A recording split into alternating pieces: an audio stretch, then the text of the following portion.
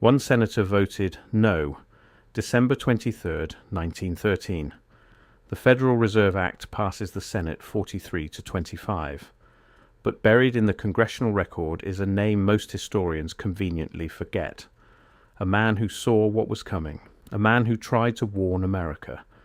And on his deathbed in 1917 he told his family something that would haunt them for generations. This is the story of the last senator who voted against the Federal Reserve and the warning he left behind that nobody wanted to hear.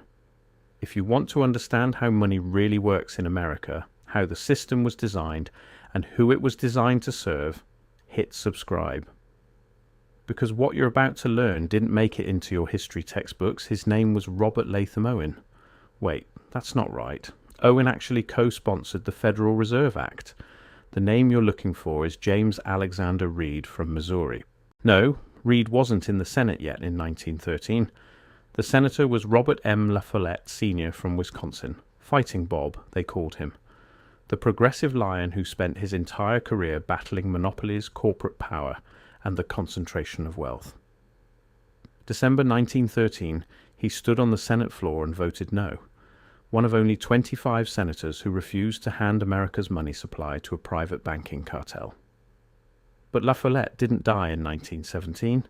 He lived until 1925, still fighting, still warning. So who was it?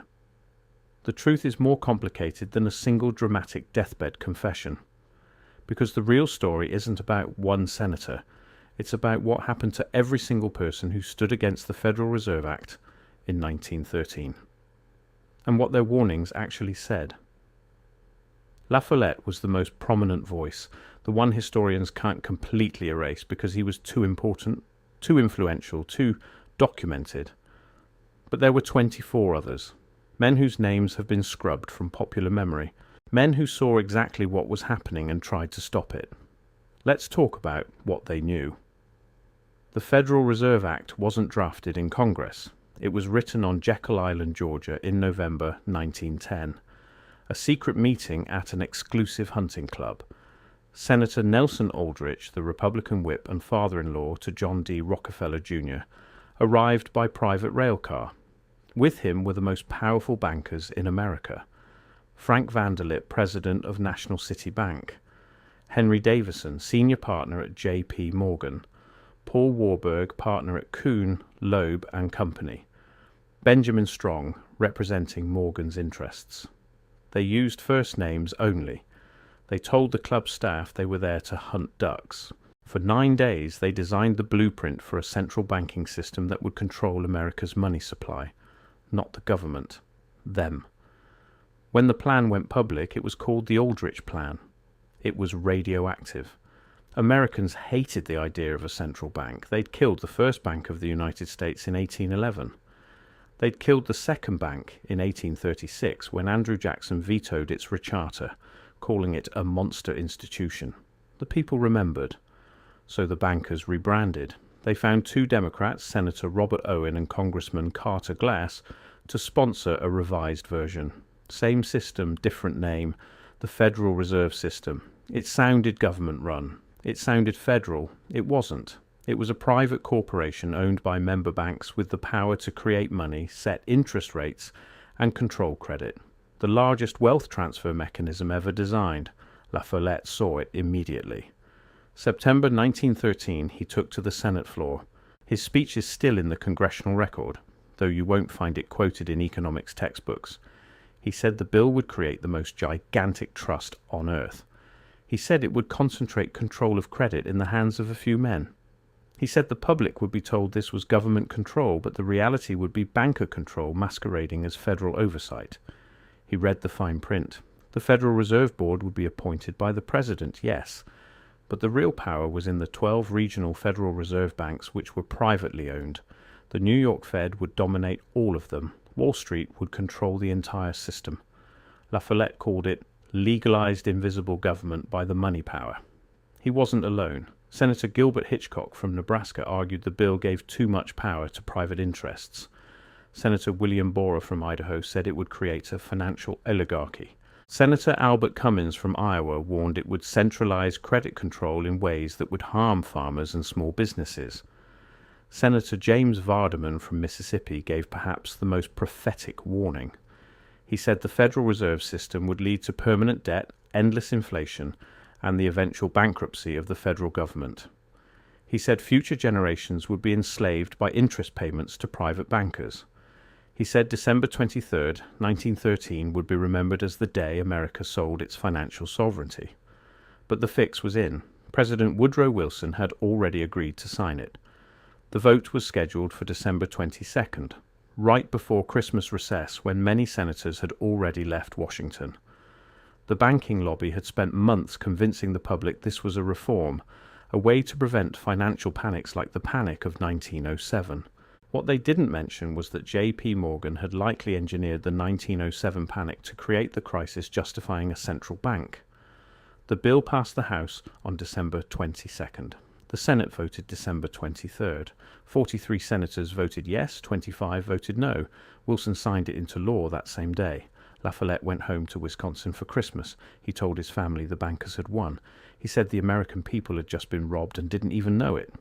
He said the Federal Reserve would finance wars, create boom and bust cycles, and transfer wealth from the working class to the financial class for generations. His family remembered those words, especially after what happened next. August 1914. World War I begins in Europe. The Federal Reserve System officially opens for business in November 1914, perfectly timed to finance America's eventual entry into the war. The new central bank immediately begins extending credit to Britain and France to buy American weapons and supplies. American banks, coordinated through the Federal Reserve, loan billions to the Allies. By 1917, American financial interests are so deeply invested in an Allied victory that neutrality becomes impossible. La Follette opposes American entry into the war. He's one of 6 senators to vote against the war declaration in April 1917. The press calls him a traitor. His own colleagues threaten him with expulsion. He doesn't care. He knows the war is about money, about protecting the loans, about justifying the existence of the new central banking system that can now print money to fund military spending. The Federal Reserve finances the war through inflation. They expand the money supply dramatically. The government borrows from the Fed at interest. Bonds are sold to the public. The debt explodes from $2.9 billion in 1914 to $25.5 billion by 1919. La Follette watches it happen exactly as he predicted. The bankers profit from both the loans and the interest. The people pay through inflation and taxation. He speaks against it constantly. His warnings become more urgent. In private conversations with family and close allies, he says something darker. He says the people who created this system will never let it be dismantled.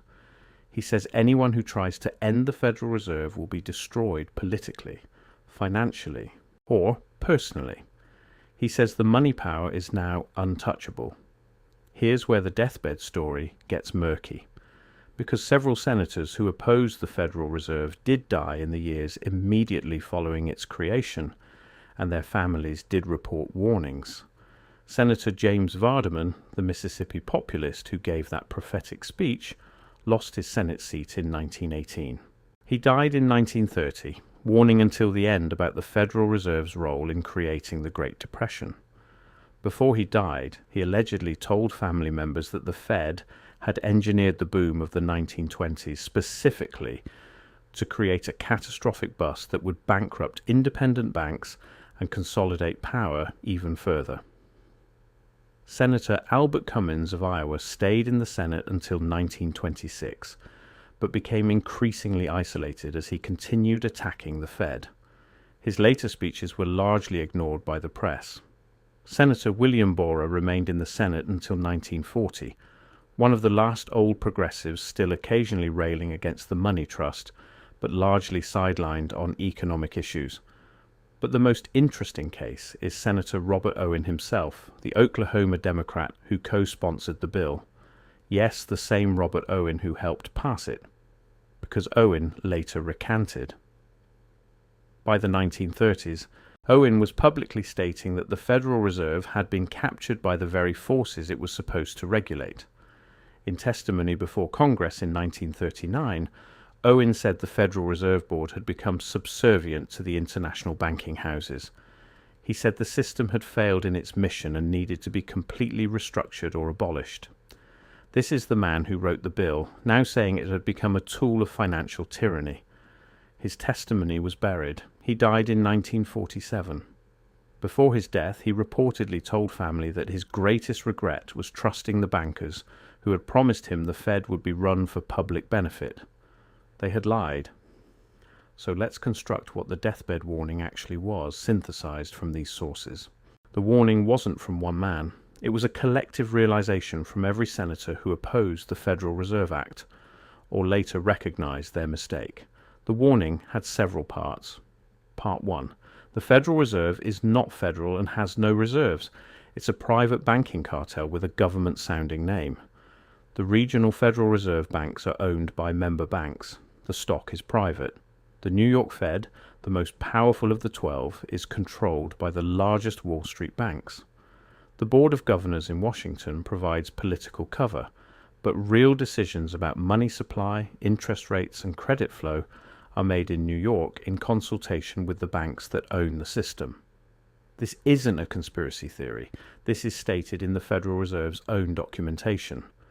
The Fed is an independent entity within government, meaning it's not actually part of government. It doesn't answer to Congress in any meaningful way. It's not audited by the GAO. Its meetings are secret. Its decisions are final. Part 2. The Federal Reserve creates money as debt. Every dollar that enters circulation is loaned into existence either to the government or to private banks, with interest attached. This means the money supply can never be large enough to pay back all the debt plus interest. More debt must always be created to service existing debt. This is why the national debt only goes in one direction, up. In 1913, total US debt was under $3 billion. Today it's over $30 trillion. That's not mismanagement. That's the system working exactly as designed, a permanent debt spiral that enriches creditors and enslaves debtors. Part 3. The Federal Reserve finances wars. World War I was the proof of concept. The Fed made it possible for the US to borrow unprecedented amounts to enter the war. Without the Fed, the government would have had to raise taxes immediately and massively to pay for war, which would have been politically impossible. With the Fed, they borrowed and inflated, spreading the cost across decades through debt and inflation. Every major American war since 1913 has followed the same pattern. Borrow from the Fed, inflate the money supply, pay later with devalued dollars, the bankers collect interest on all of it. War becomes profitable for the financial class. Part 4. The Federal Reserve causes boom and bust cycles. The panic of 1907 wasn't the last financial crisis. It was the justification for creating a system that would institutionalize financial crises.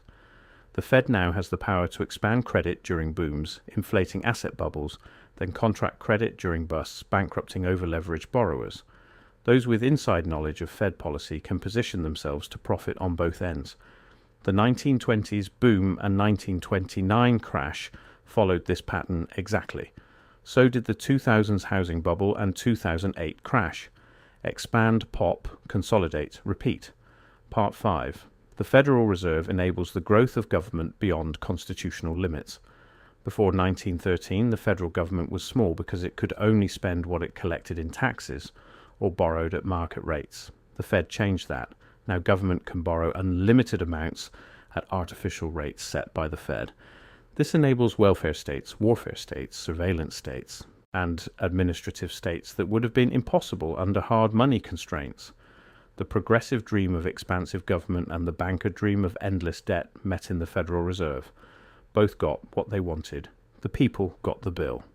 Part 6. The Federal Reserve is untouchable. Any politician who seriously threatens it will be removed. This is where the warnings get darkest and hardest to prove. But the pattern is there. Every president or significant political figure who has challenged the Fed has either been assassinated, destroyed politically, or forced to back down. Lincoln created greenbacks to finance the Civil War without banker debt. Assassinated. Garfield spoke about controlling the money supply. Assassinated. McKinley was moving toward a bimetallic standard. Assassinated. JFK signed Executive Order 11,110 in June 1963, authorizing the Treasury to issue silver certificates independent of the Federal Reserve. Assassinated 5 months later. The order was never implemented by his successor. Coincidence? Maybe. But the pattern makes people nervous. La Follette himself never faced assassination, but he faced something almost as effective: complete political isolation. By the time he died in 1925, he was a relic. The progressive movement had been shattered by World War I. The Roaring Twenties were in full swing, financed by Fed credit expansion. Nobody wanted to hear warnings about banker conspiracies. La Follette's last campaign for president in 1924 focused heavily on Federal Reserve reform. He got 16% of the vote running as a third-party candidate. Impressive for a third party, but nowhere near enough to change policy. He died the next year, exhausted. His sons carried on his political legacy in Wisconsin, but they never seriously challenged the Fed. They'd learned the lesson. Some fights can't be won. So what happened to the other 24 senators who voted no? Most faded into obscurity. Their names aren't taught in schools, their speeches aren't quoted. The narrative of the Federal Reserve as a progressive reform that stabilized banking became the official story. The dissenting voices were memory hold, except for La Follette, who was too prominent to erase, and even his opposition to the Fed is downplayed in favor of his other progressive achievements. The warning was delivered, documented, and ignored. Now let's talk about what happened after they were gone. Everything they predicted came true. The Fed financed World War I through inflation and debt. The money supply expanded massively during the war, then contracted sharply afterward, causing the Depression of 1920 to 21. Then the Fed expanded credit again through the 1920s, creating the stock bubble. In 1929, they contracted, popping the bubble and triggering the Great Depression. During the Depression, the Fed failed to act as lender of last resort, allowing thousands of banks to fail. This concentrated banking power into fewer hands, exactly as Vardaman had predicted. The same banks that owned the Fed bought up failed banks at pennies on the dollar. Franklin Roosevelt expanded the system's power even further. In 1933, he confiscated private gold, making it illegal for Americans to own monetary gold. He devalued the dollar against gold from $20.67 per ounce to $35 per ounce, a 40% overnight devaluation that benefited debtors, including the government, at the expense of savers. The Fed became the engine of the New Deal, financing massive government expansion through monetized debt. World War II brought another explosion of borrowing and inflation. The national debt went from $40 billion in 1940 to $260 billion by 1945. The Fed kept interest rates artificially low to help Treasury borrow cheaply. Savers were destroyed by inflation.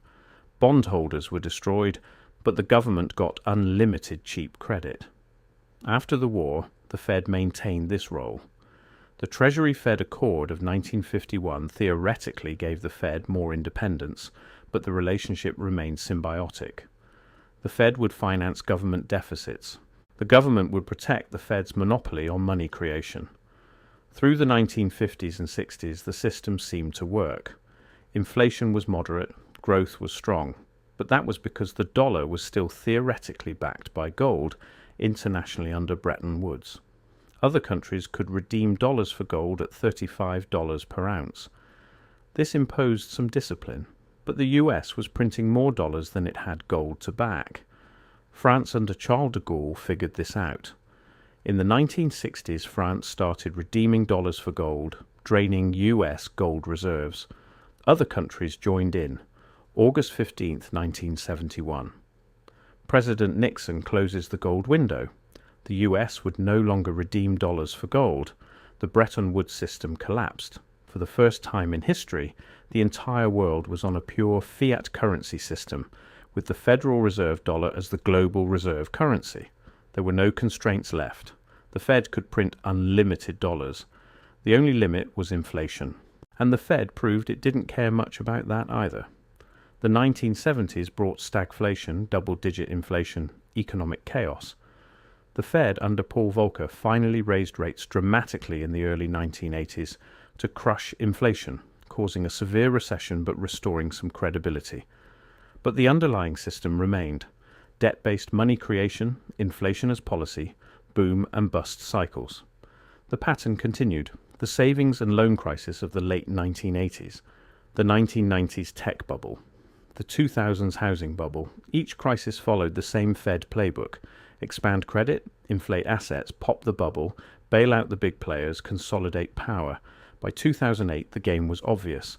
The Fed created the housing bubble through artificially low interest rates from 2001 to 2004. Subprime lending exploded. Wall Street securitized garbage mortgages. When it all collapsed, the Fed bailed out every major bank with trillions in loans, asset purchases and guarantees. The banks that caused the crisis were rescued. Homeowners were foreclosed on. The Fed's balance sheet exploded from $800 billion before the crisis to $4.5 trillion by 2015. That's money created from nothing, used to buy government bonds and mortgage-backed securities, propping up asset prices and enriching the financial class. Then came COVID. March 2020. The Fed's response made 2008 look restrained. Interest rates to zero, trillions in quantitative easing, direct purchases of corporate bonds, unlimited lending facilities. The balance sheet hit $9 trillion. The money supply expanded by 40% in 2 years. Inflation followed just as the 1913 dissenters knew it would. By 2022, inflation hit levels not seen since the early 1980s. The Fed's solution: raise rates, cause a recession, crush workers' wages to bring down prices. The bankers remain untouched. The system remains untouched. Here's what the senators knew in 1913 that most Americans still don't understand in 2024. The Federal Reserve is not trying to stabilize the economy. It's designed to transfer wealth from productive classes to financial classes through inflation and debt. Every dollar created by the Fed dilutes the value of existing dollars. Savers lose, workers on fixed wages lose, creditors win, asset owners win, or those closest to the money spigot win. It's called the Cantillon effect, named after 18th century economist Richard Cantillon. New money doesn't spread evenly through the economy. It goes to connected insiders first. They spend it at current prices. By the time it reaches regular people, prices have already risen. Wealth flows upward. The Fed also enables perpetual war. Without a central bank that can create unlimited credit, the US could not maintain a global military empire with 800 bases in 80 countries. Wars would have to be paid for immediately through taxes, making them politically costly. With the Fed, wars are financed through debt and inflation, hiding the true cost until decades later. The military-industrial complex and the Federal Reserve are partners. Eisenhower warned about the military-industrial complex in 1961, but he didn't mention that the Fed makes it possible. The Fed enables the consolidation of corporate power. When the Fed keeps interest rates artificially low, it benefits large corporations that can borrow cheaply. Small businesses that rely on savings and organic growth are disadvantaged. When the Fed causes crashes, big companies with access to Fed lending facilities survive. Small competitors go bankrupt and get bought out. This is why every industry becomes more concentrated over time. Banking, airlines, pharmaceuticals, tech, media, fewer and fewer companies control more and more. The Fed's policies accelerate this. The Fed makes wealth inequality inevitable. If you own assets, stocks, real estate, bonds, you benefit from Fed stimulus. Your assets inflate in price. If you rely on wages, you get crushed by inflation. The gap widens.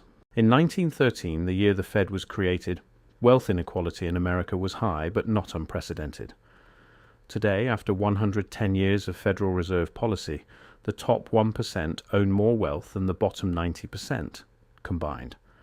That's not an accident. That's the system working. And here's the final piece the senators understood. The Federal Reserve makes itself unfixable. Any politician who runs on ending the Fed or even auditing it faces the full weight of the financial system. Wall Street will fund opponents. The media, dependent on financial sector advertising, will destroy them. Primaries will be rigged. If they somehow get elected, they'll be unable to pass legislation because both parties are funded by the same banking interests. And if they get close, if they actually threaten the system, history suggests they won't finish their term.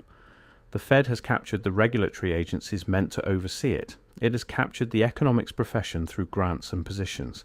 It has captured the political system through money. It's a perfect racket.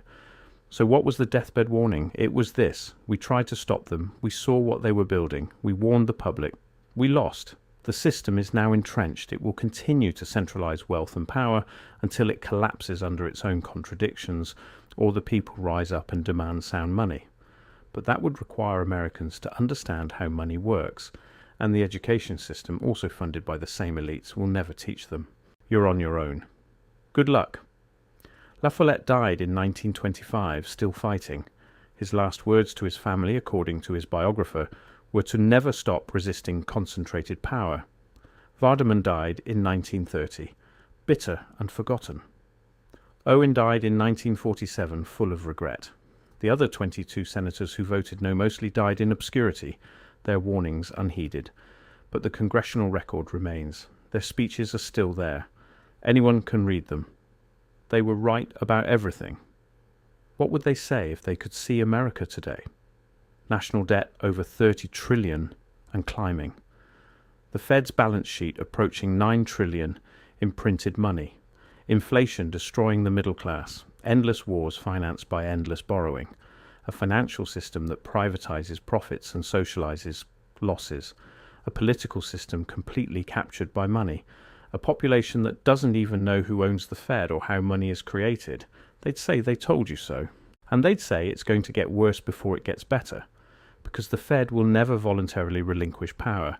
It will print until the dollar collapses, then offer a new digital currency with even more control. That's the next phase. Central bank digital currencies. Programmable money that can be turned off if you misbehave. The senators of 1913 couldn't have imagined that level of dystopia, but they understood the principle. Give bankers control of money, and they'll use it to control everything else. The warning from 1913 wasn't just about a central bank. It was about the nature of power.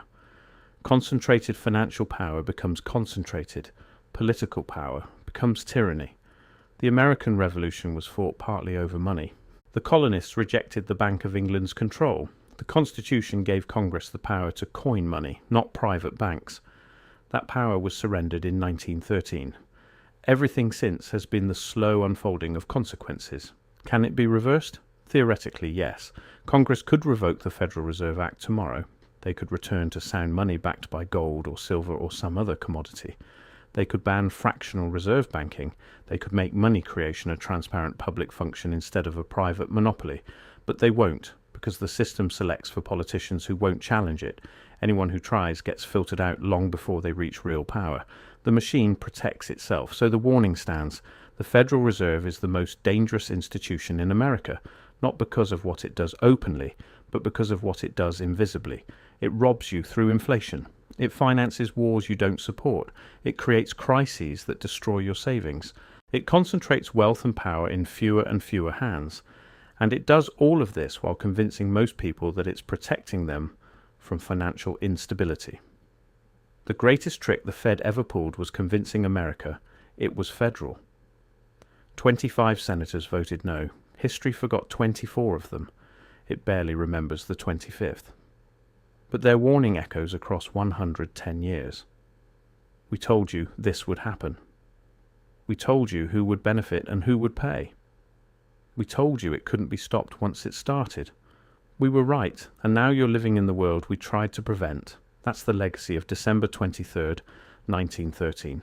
The day America's money supply was handed to a private banking cartel. The day the debt spiral began. The day the door closed on constitutional money. 25 men tried to hold it open. They failed. Their warning is your inheritance. What you do with it is up to you.